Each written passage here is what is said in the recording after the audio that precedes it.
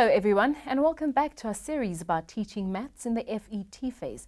But before our panel discussion, let's first start by taking a look at our video on the topic of locus. The topic of locus is traditionally seen as counterintuitive and difficult for high school students. However, it can become a rich tool for use in exploring the meaning of a definition and in developing mathematical reasoning. One of the first problems one confronts in dealing with locus is defining what it is. Let's take the example of an insect walking along the outer edge of a CD. Do you notice something about the distance between the insect and the center of the CD no matter where it is on the path? This distance remains constant. Now let's think of our insect as a moving point. Now, the path that this moving point draws, given specific conditions, is called a locus. Remember that every point on the path must satisfy the specific conditions.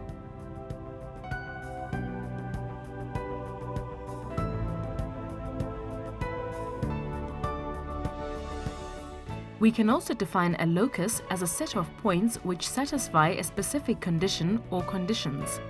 So every point that satisfies a specific condition must be on the locus.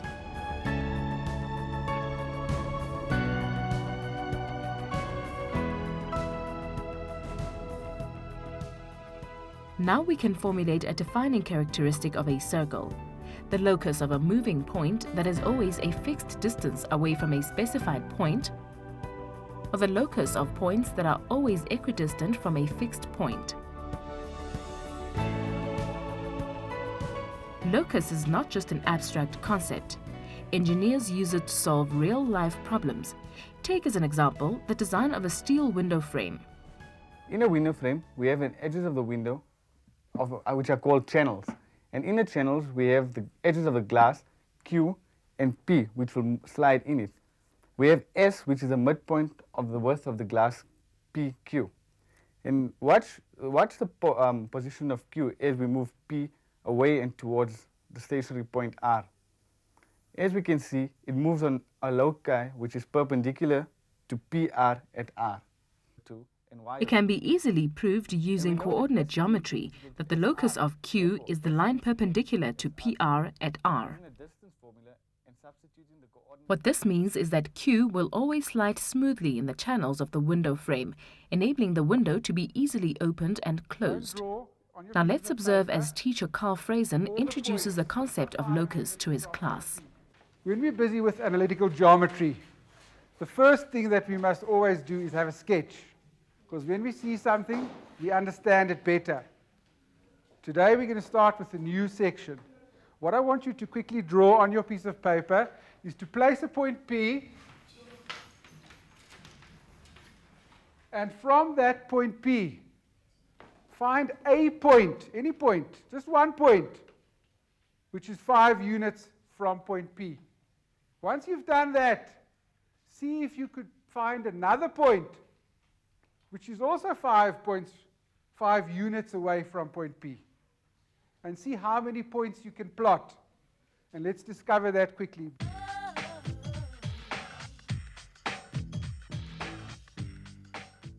The teacher moves around the classroom facilitating and assisting learners in groups where necessary.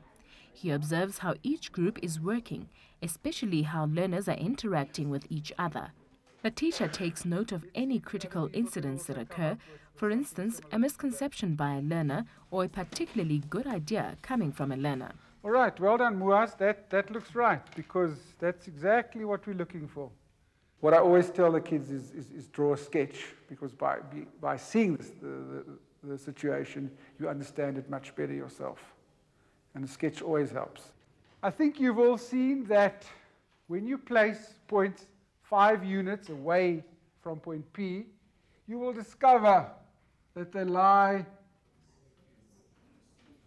what? On a circle. On a circle. Right. So these points follow a certain path. And this path we can determine by using an equation. Who can give me the equation of a circle? The equation is x squared plus y squared is equal to r squared. But isn't that a specific a specific circle, when do we use this circle? This equation is used when the origin is the center of the circle.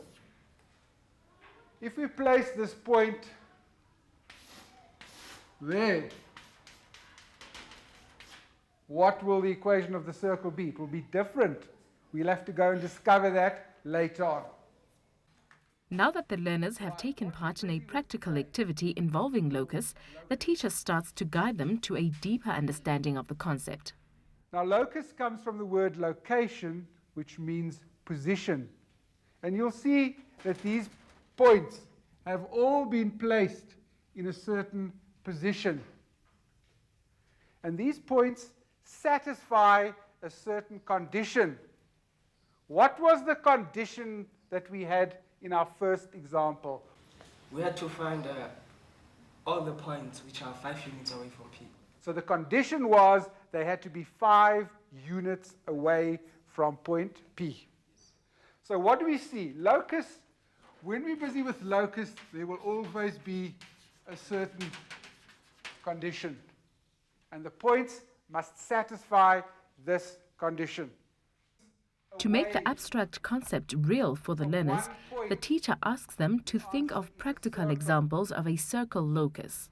I want you to give me some examples in everyday life of where a point is in the middle and other points meet a condition that they are a certain distance away from that point. Lerato? A clock or a watch, sir. Explain. Because the clock should be, the digits on the clock should be spaced from the center so that the clock can function properly, type of thing, yes, sir. And a watch too. Excellent. Well done, Lerato. Another example. Bicycle wheel, sir. A bicycle wheel. Yes, sir.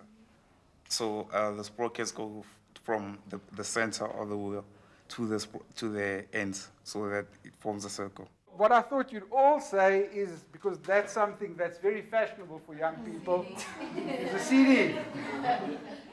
So imagine the CD is on a turntable and I've spoiled my CD, I've marked it. So if the CD rotates at an enormous speed, what do you see? It forms a circle. So this blue dot is a certain distance away from the center of the CD player.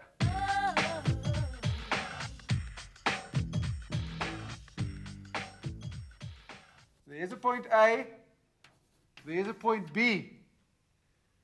My condition now is find all the points which are an equal distance, equidistant, from point A and from point B. Now that the learners are doing their second activity involving locus, they have gained in confidence. Again, different learners try different approaches in looking for a solution. But I don't want 1 or 2 points. I want as many as you can get. I want a path. Sometimes it's difficult for the kids to see that a point can lie in many places. They only plot it in a specific place. So one asks the question, is this the only path that a point can follow?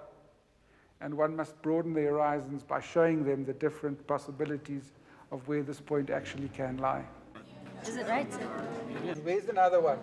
That today and that today and So that point there is also equidistant from B and from A, and this one.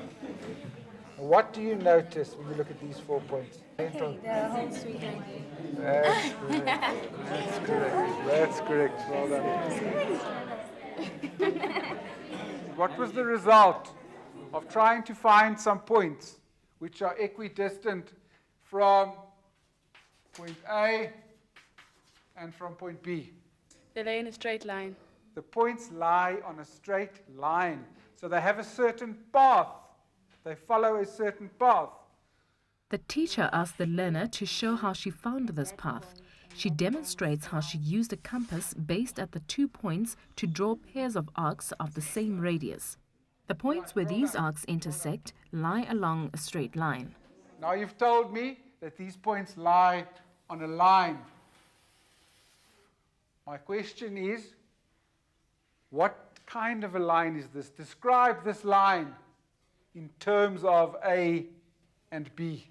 Okay, so the lines that, that is obtained from constructing the straight line with the points is perpendicular to the line that joins point A and B. When I join point A and B, you're telling me this line is perpendicular. Is that the only condition? Is that the only condition? Another condition is that it passes through the midpoint of A and B. Therefore called the perpendicular bisector. Perpendicular bisector. So we must be able to describe the locus. Because in your exam, they'll sometimes ask you, find the locus and describe the locus. In this case, you would describe it as being the perpendicular bisector of the line segment joining the 2 points.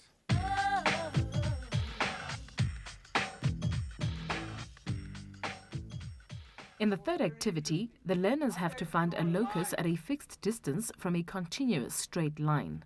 This line does not have a beginning or an end. So I can't put a point A or a point B here.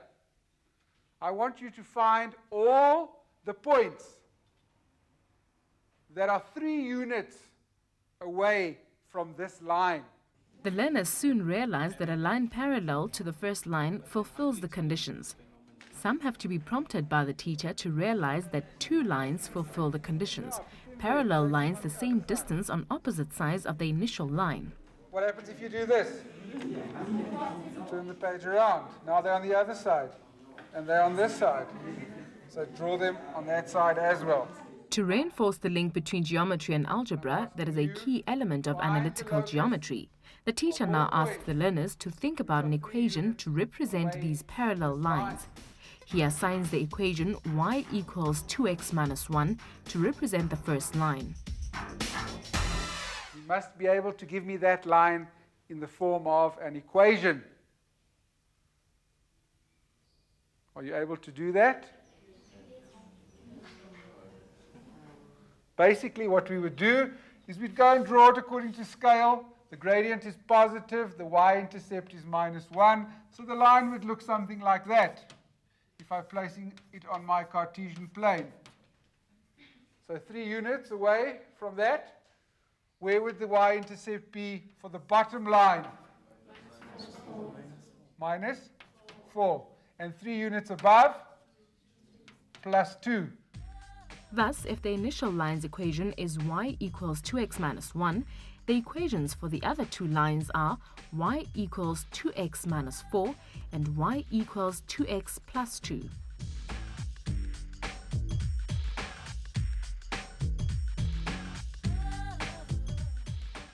Okay, what I'm going to ask you now is not a line, but a line segment. There's my line segment AB.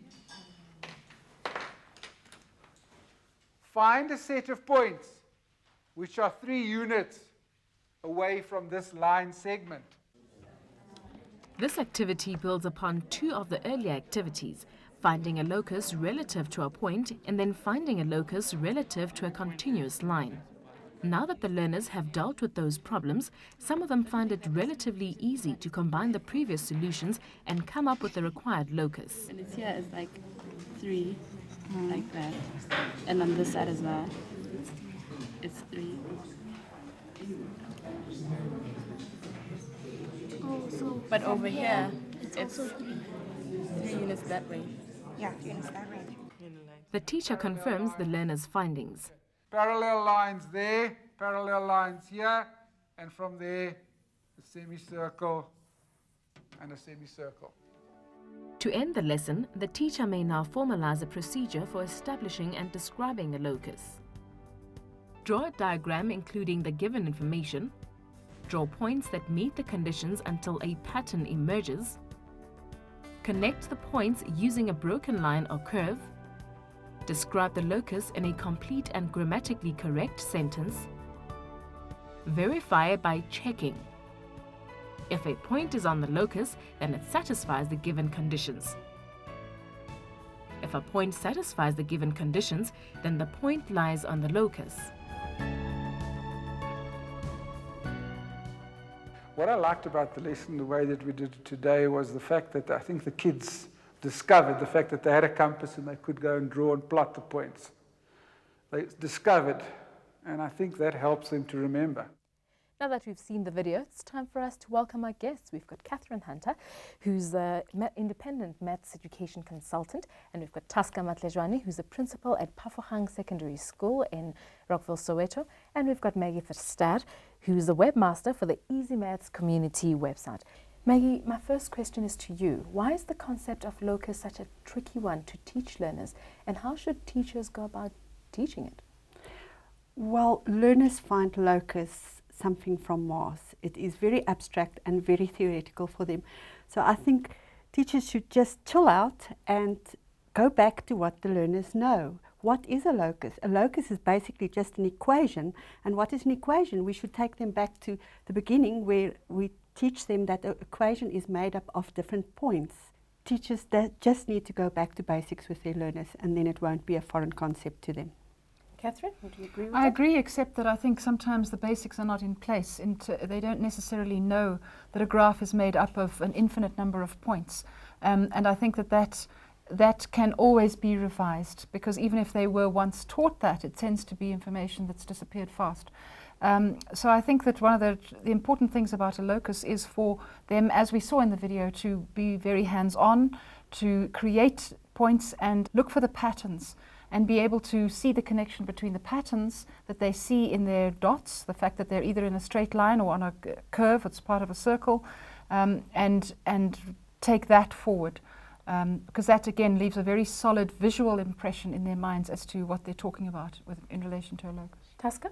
Yeah, I would say, in addition to what Kathy and Maggie said, the tricky aspect of loci is the question that learners have dealt for many years with static points, where they can connect one point to another point which is fixed. And for the very first time in the locus, they start to see points shifting. Now that movement, and especially the double movement, is what brings the tricky aspect of loci. They cannot handle two moving objects or two moving points simultaneously. Catherine, two alternative definitions of locus are given in the video. That's a path drawn by a moving point or a set of points. Now, is this confusing or helpful? I think it can only be helpful in the long run, although it is confusing in the beginning. The one point is that some learners find it more comfortable to see it as a one point that moves continuously along that particular path, and others can see it as joining up an infinite number of points. And so in that way, you're drawing on different ways of coming to understand or coming to be comfortable with a particular concept. But of course, that is confusing. The other important thing is that if the teacher has drawn the link between circles that they've seen in real life, a lot of those circles they will refer to are moving. So for example, if you look at a point on a CD, as a CD is spinning around, the point is actually moving, or a wheel or a watch. Those are the examples that some of the learners rather gave for where you might see a locus being tracked out in reality. And so if you're going to make the link between that question that the teacher asked at an earlier stage and what they are doing theoretically, then you need to be able to refer to the movement one, certainly. Maggie? I find that learners struggles with definitions that are so wordy, and I must confess, for me, those two definitions initially did feel a little bit confusing. I think once the learners are taken back to the practical, plotting the points, let them make their own definition of what a locus is, and then they will be A for OK. Okay. I find the two definitions quite helpful, especially if we start with the one which is it's a set of points, equidistant from a common point. And then moving now to the concept of saying it's a path that which is followed by a moving point. I find that rhyming very well. Because if you leave out this one of a moving point, which is very important when it comes to the algebra of loci, you shall have missed the gist of what loci is all about.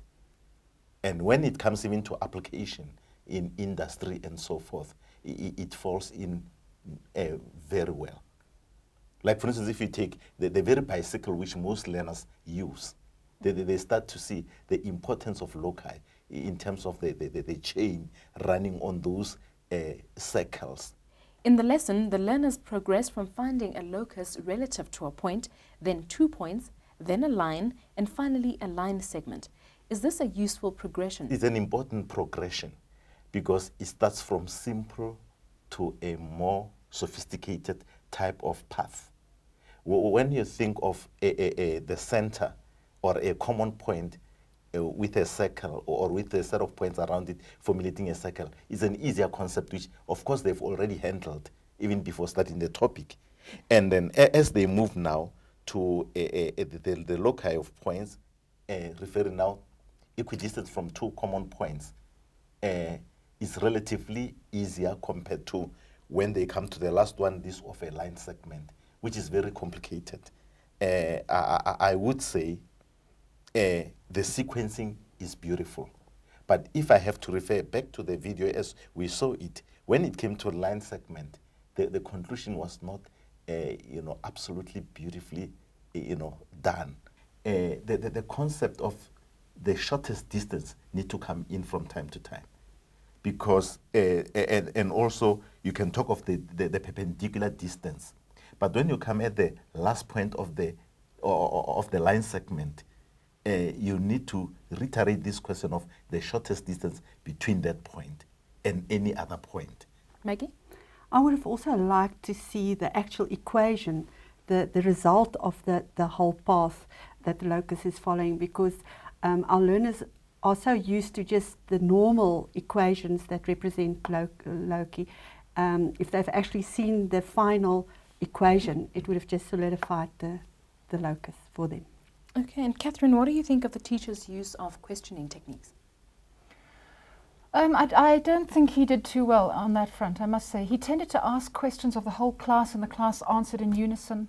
And much as of course, I would always back up the idea of asking questions, I think it's far more useful if he were to, for example, ask a particular learner a question and have that learner answer, and then have draw on another learner to either reinforce or contradict or debate with the first response. He did that to a certain extent, and we certainly saw some individuals being asked questions.